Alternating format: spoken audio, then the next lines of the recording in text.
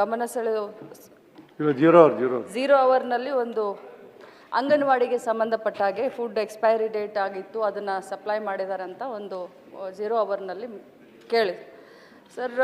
ತಮ್ಮ ಗಮನಕ್ಕೆ ತಮ್ಮ ಮುಖಾಂತರ ಅವ್ರಿಗೂ ಹೇಳಲಿಕ್ಕೆ ಬರ್ತೇನೆ, ಯಾವುದೇ ರೀತಿಯಾದಂಥ ಎಕ್ಸ್ಪೈರಿ ಫುಡ್ಡನ್ನು ನಾವು ಮಕ್ಕಳಿಗೆ ಕೊಡಲಿಕ್ಕೆ ಸಾಧ್ಯನೇ ಇಲ್ಲ ಸರ್. ಅದು ಅವತ್ತಿನ ದಿನಾನೇ, ಯಾಕಂದರೆ ನಾನು ಸ್ಥಳೀಯವಾಗಿದ್ದೆ, ನಾನು ಬೆಳಗಾವಿನಲ್ಲೇ ಇದ್ದಾಗ ಅವತ್ತಿನ ದಿನಾನೇ ನಾನು ನಮ್ಮ DD ಅವ್ರನ್ನ CDPO ಅವ್ರನ್ನ ಎಲ್ಲರನ್ನೂ ಕಳಿಸಿ ನಾನು ಚೆಕ್ ಮಾಡಿದಂಥ ಸಂದರ್ಭದಲ್ಲಿ ಅದು 6 ತಿಂಗಳ ಮುಂಚೆ ಆ ವಿಡಿಯೋ ಮಾಡಿದ್ರು ಸರ್. ಆ ವಿಡಿಯೋ ಮಾಡಿ ಸ್ವಲ್ಪ ಬೇರೆ ಬೇರೆ ಅಲ್ಲಿ ರಾಜಕಾರಣ ಎಲ್ಲ ನಡೆದಿರೋದ್ರಿಂದ ಅದನ್ನು 6 ತಿಂಗಳ ನಂತರ ವಿಡಿಯೋ ಬಿಡುಗಡೆ ಮಾಡಿದಾಗ ಅದು ಆ ಡೇಟು ಆಗಿರಲಿ ಅಥವಾ ಒಂದು ಅಂಗನವಾಡಿಯ ಕಲರ್ ಆಗಿರಲಿ ಅದೆಲ್ಲ ಚೇಂಜ್ ಆಗಿದೆ. ಬಟ್ ಒಂದು ಮಾತನ್ನು ತಮ್ಮ ಮುಖಾಂತರ ಭಾಳಷ್ಟು ಸ್ಪಷ್ಟವಾಗಿ ಹೇಳಲಿಕ್ಕೆ ನಾನು ಬಯಸ್ತೇನೆ, ಇದು ಬಡವರ ಮಕ್ಕಳಿಗೆ ಒಂದು ಪೌಷ್ಟಿಕ ಆಹಾರ ಕೊಡುವಂಥ ಈ ಒಂದು ನಮ್ಮ ಇಲಾಖೆಯಿಂದ ಈ ರೀತಿ ಯಾರೇ ಕರ್ತವ್ಯ ಲೋಪ ಮಾಡಿರಲಿ ಅಥವಾ ಯಾವುದೇ ರೀತಿಯಾದಂಥ ತಪ್ಪುಗಳ ಆಗಿಲ್ಲ ಸರ್, ಆಗದಂಗೆ ನಾವು ನೋಡ್ಕೊಳ್ತೀವಿ. ಆ ರೀತಿ ಏನಾದರೂ ಆಗಿದ್ರೂ ಕೂಡ ನಾನು ಶಿಸ್ತು ಕ್ರಮ ಆಲ್ರೆಡಿ ನಾನು ತೆಗೆದುಕೊಳ್ತಾ ಇದ್ದೆ, ಬಟ್ ಆ ರೀತಿ ಏನೂ ಆಗಿಲ್ಲ ಸರ್.